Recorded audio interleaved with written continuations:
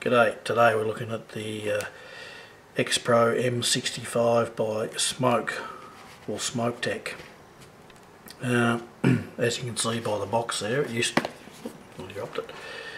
be an M50. They've just updated it to 65 watts and they've called it the M65 to reflect that. Differences between the 50 watter and this one, 15 watts. Plus, this one you can vape while it charges, so it is pass through. Let's get into it and have a look. This will be a pretty quick video because it's a pretty simple device to use. It's basically the same size as an eye stick. I'll just grab one of them. So here's the eye stick. So it is fractionally larger, it's a little bit longer,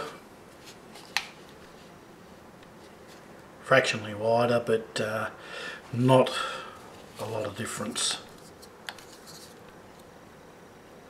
Very similar. Put that back. So we'll get back to this. So what do you get? You get the unit in either black or silver. They're the only two we're carrying. And also you get the charging cable, which should be down here, which is just a standard phone cable that they all charge by. So there's that. You do get a spare button.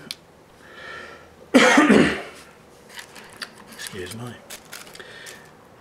You do get some spare screws. There's 1, 2, 3, 6 in there, but the unit, when it comes to you, you can see there only has 2 screws in it, so you've actually got 4 spare ones. You also get the 510 adapter, so you can run Vigo threaded devices because it is 510 threaded. Spring-loaded pin, so you should not have any connection issues at all with that.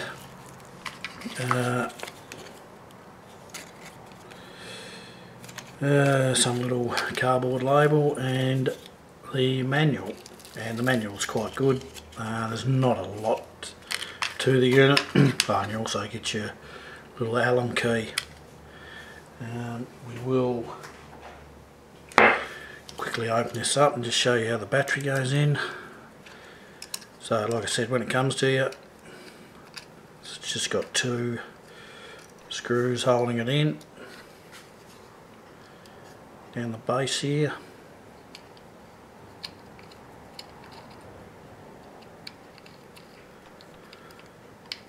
Take them out and then this bottom plate just slips off. See there, your circuit board and all that's in there, but there's your slot for your battery.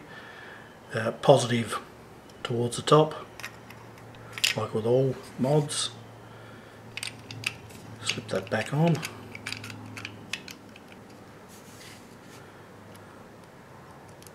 And put your screws back in.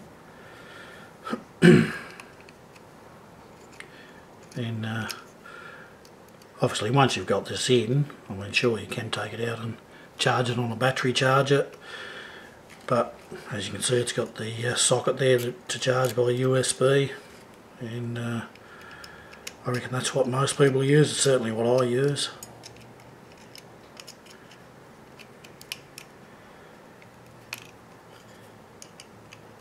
I'm not going to bother putting the other 2 in, but you can get the gist of it. That's how easy it is to put in. It comes on automatically. Only does wattages, this one, which is fine by me because that's really all I use. It has got a little menu system, and to get into that menu it's 3 clicks on your fire button. 1, 2, 3. It goes into menu 1. And menu 1 is wattage or mech mode. So it comes standard wattage mode, so it runs like any normal wattage modes where you've got your up and down. Goes up in 0.1s, so you can see there. Then it'll get faster. We'll go right up to 65.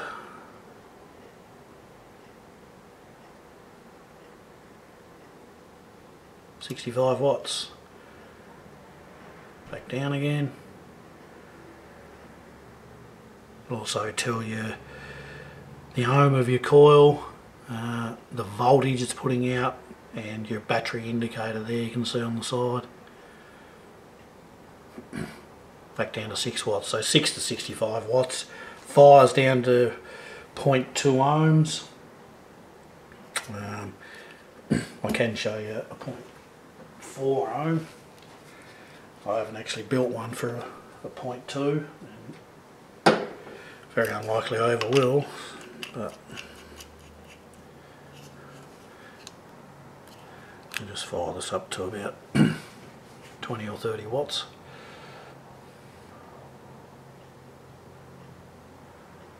There it is.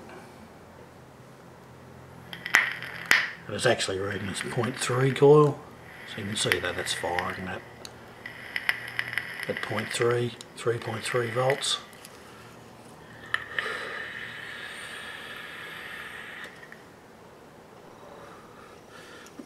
No problems whatsoever. Now, back to the menu. Yes, so you've got this one where it's got wattage mode or mechanical mode. Now mechanical mode, so it just runs like a mech mod, so it's firing straight off the battery. So it must bypass the chip somehow. So when you've got the mech mode, it's just running whatever power the battery's got. So you don't get any adjustments on the up and down. It'll, whatever the powers the battery's got, 23.6, 23.5, it'll sort of level out. And that's what you're running at. As the battery decreases in power, your wattage will decrease. Pretty similar actually with, not similar, but it does the same thing in normal mode, in wattage mode. It won't cheat you. Whatever, if your battery hasn't got, say you're running at 35 watts, and that's fine on a fully charged battery, but as your battery drops down, it's not capable of firing at 35 watts, and this device actually drops down in power.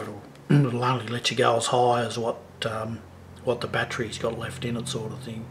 So you might find as you're getting halfway down on the battery, you can only do 27 watts, and so forth and so on, as it gets down to nothing. I've never seen it drop below 20. About 22 I think was the last I've seen it drop for me, and then the battery died, so time for a recharge. What else? The second menu is just the off. So if we go into menu 2, let it slip down, power on, power off, and the unit switches off. Turn it back on, 5 clicks. 1, 2, 3, 4, 5. 5 clicks.